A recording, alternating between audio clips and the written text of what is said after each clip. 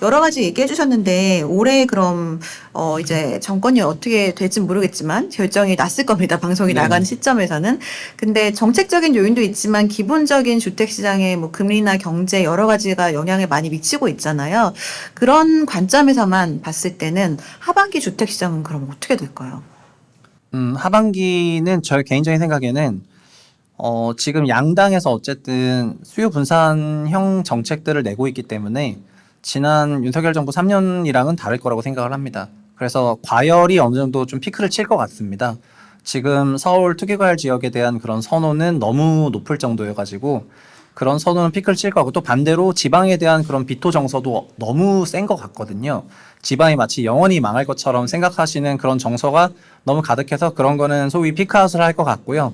그래서 어느 정도 양극화는 종전보다는 완화되지 않겠는가 이런 생각을 개인적으로 가지고 있습니다. 그래서 그 얘기는 지방 하락세가 조금 멈추지 않겠나 이런 개인적인 생각이 조금 있고요. 다만 그거를 장기화하려면은 지방 광역권에 대한 여러 가지 그 성장 전략을 계속해서 제시를 얼마나 잘하느냐, 그리고 그게 얼마나 현실화되느냐, 그리고 시장에서 그걸 얼마나 받아들이느냐 이런 시차가 조금 필요할 것 같습니다.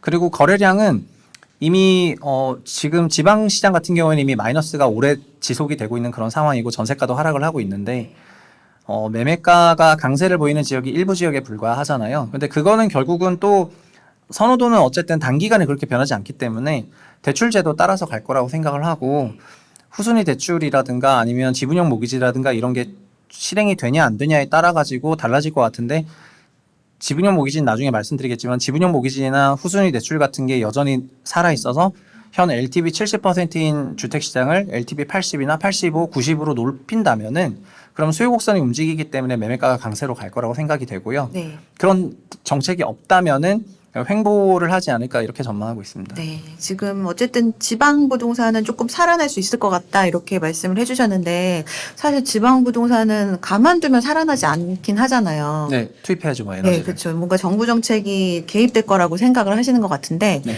그 전반적으로 좀 예상되는 제가 봤을 때 지금 양당의 그 말하고 있는 공약들이 그렇게까지 크게 다르지는 않아 보이거든요. 그러니까 지금 새로운 정부가 좀 올해 하반기 내에 그래도 연내에 펼치리라고 생각하는 우선순위가 되는 그런 정책이 있을까요? 생각하시는? 그건 양당에서 그러니까 그 공약집 1번을 보면은 이번 선거는 계엄 탄핵에 이르는 그런 선거였지만 공약의 일본은 양쪽 다 경제거든요. 그래서 양쪽 다 생각하기를 경제가 너무 안 좋다 이런 생각을 하는 것 같고 물론 1분기 대한민국 GDP가 실질 기준으로 마이너스 0.인데 실질 마이너스 0.이어도 물가가 올랐기 때문에 명목으로는 성장을 했거든요. 한국 전체로 보면 올해 한 명목으로는 2.8에서 3.0 이 정도일 것 같고 물가 2% 뜨면은 실질로는 1.0% 성장할 것 같은데 근데 이런 성장에 지금 약간 경기를 보이는 거는 마이너스 성장이나 소위 제로 퍼센티지의 성장이 고착화될까봐 네. 경제에 대해서 좀 얘기를 하는 것 같아요. 결국은 자산이라는 것도 경제를 반영하게 되어 있어가지고 이게 고착화된다고 하면은 안 좋아지겠지만 어쨌든 양쪽이 다 경제를 최우선 어젠다로 제시하고 있기 때문에 그래도 뭔가 새 정부가 수립되고 하면은 그런 부분에 대한 기대감이 있지 않을까 네. 이런 생각을 조금 하고 있습니다.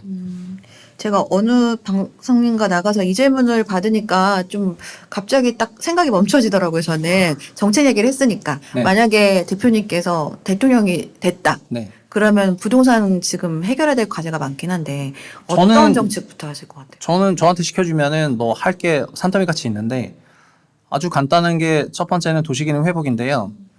그 도시기능이 무너진 이유는 지방대학교 학력에서부터 무너졌고요. 지방대학교 학력이 무너지면서 지방에 있는 교육기능이 무너진 거거든요. 그래서 지방대학교 학력을 상당한 선제적인 투자를 통해 가지고 굉장히 높여놔야지 되는데 그 학력이라는 게 사실 다른 게 아니라 학생 1인당 교육 비용이거든요. 네. 학생 1인당 교육 비용이 서울대부터 시작해서 인서울 탑10 대학교도 수천만 원의 차이가 나요. 지방대학은 말할 필요도 없고요.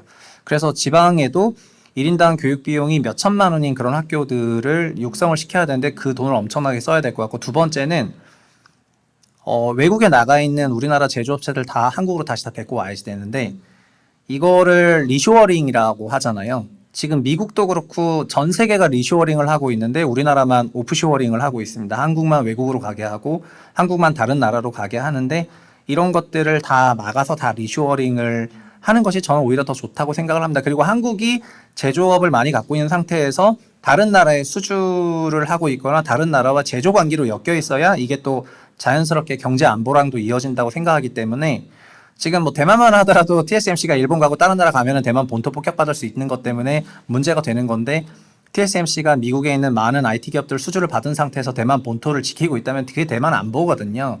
저는 한국도 똑같은 방식이라고 생각을 하고 외국으로 나간 기업들이 기업에게 너무 외국으로 나갈 자유를 주기보다는 한국에 있을 때 더 인센티브를 주는 형식으로 끌고 가면서 그 일자리를 유지하는 게 좋을 것 같습니다. 네. 그리고 도시적으로는 아까 얘기했던 대로 뭐 어떤 거창한 게 필요한 게 아니라 의료 문제 해결하고 교육 문제 관련해서 좀 더 하고 그리고 실생활도 사실은 지방 도시 같은 경우에는 주차장부터 시작해서 상업시설도 부족하고 그리고 안 되는 부분은 원격으로 풀고 이러면서 도시 기능을 회복하는데 좀 방점을 잡아야지 그냥 사람들 선호는 다 서울로 쏠렸는데 뭐 지방에 취득세 면제하고 이런 정도로는 도저히 안 풀릴 거라고 생각을 하고요.